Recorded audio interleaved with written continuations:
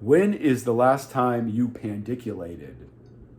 It sounds like a dirty word, doesn't it? Hello, my name is Eric. I am a physical therapist. I work with active seniors. Been doing this a long time, and no, there's nothing dirty about pandiculation. In fact, if you have a pet, a dog or a cat, you're probably very familiar with pandiculation. It's that transitional phase where if your dog or cat's been lying down for a while and they go to get up to start moving, you'll see them start to round and arch their back, extend their limbs. They go through this whole sequence. And that's what pandiculation is. And what makes it so powerful, so beneficial is there's a neurological loop involved in all of that.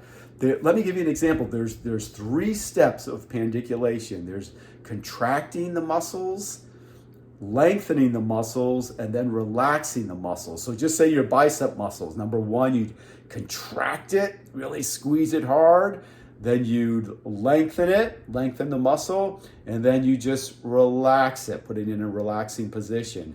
Those are the 3 steps of pandiculation.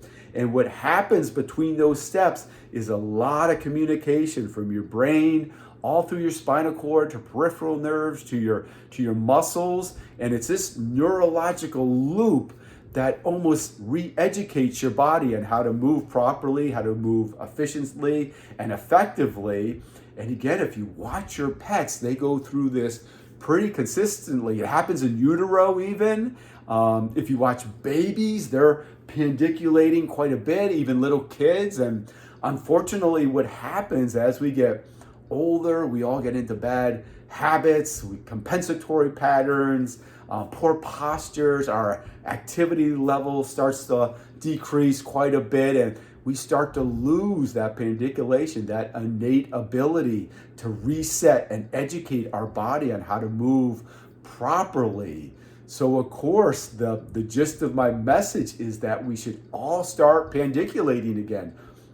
Take the cue from your pets. It is so effective. Not only, as I said, that neurological component that's involved, that is so healthy for our body, again, to move correctly, but in terms of our bones and our joints and our muscles, it really helps enhance those areas, our circulation even, lymphatic flow, it enhances that process also. So the benefits are numerous, but what I like to do with pandiculation also is I combine it with a foundational movement pattern. I've spoken about this before. There's 7 foundational movement patterns. We have pushing, pulling, squatting, lunging, hinging, locomotion, and rotation.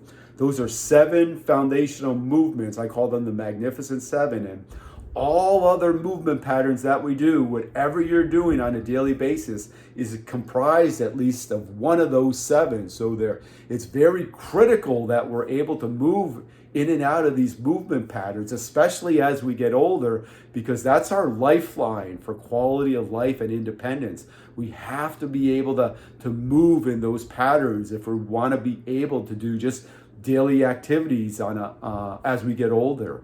So yeah, I combine a pandiculation, that sequence of contract, lengthen, relax, with a foundational movement pattern. So let me give you an example here. So I'm going to pan down, and say you've been sitting in a chair for a while and you're pretty stiff, getting a little bit achy, and you're going to change positions now. Maybe you're going to head out, go do something.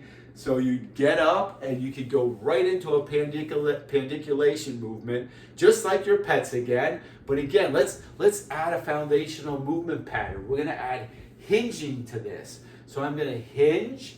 I'm going to lower down. I'm going to contract these muscles. Remember, number 1 is the first step of pandiculation is contracting the muscles. I'm going to even extend my arms, contract my shoulders, my forearms, my hands, my fingers. I'm going to hold it for about a 10 count. So this is number 1 again, the contracting phase. Then number 2 of pandiculation, I'm going to lengthen my muscles. So I'm going to go the other direction. I'm going to allow my arms to lengthen to my sides. I'm going to lengthen the muscles in my hip and back. lengthening phase for about a 10 count.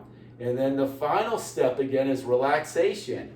I'm just going to get in a relaxing position and hold this for about another 10 seconds. And let me tell you, I just did a quick one, but I can feel a release already. It's so natural feeling that we should be doing this on a consistent basis. It gives you that natural feeling. It's like a reset button or a reboot where your brain is again telling your body how to move correctly. And like I just showed you, if you can combine that with a foundational movement pattern, it is even more effective for you. So that is it. Pandiculation with a foundational movement. Every time you change position, try one. Just use your imagination. Just remember the 3 steps: contracting, lengthening, relaxation. If you can throw it in with a foundational movement pattern too, if you can incorporate both of those together, very, very powerful. And again, for active seniors, as we get older and we want that quality of life, this can really be a difference maker. All right, thanks so much for watching, and I will talk to you soon. Bye-bye.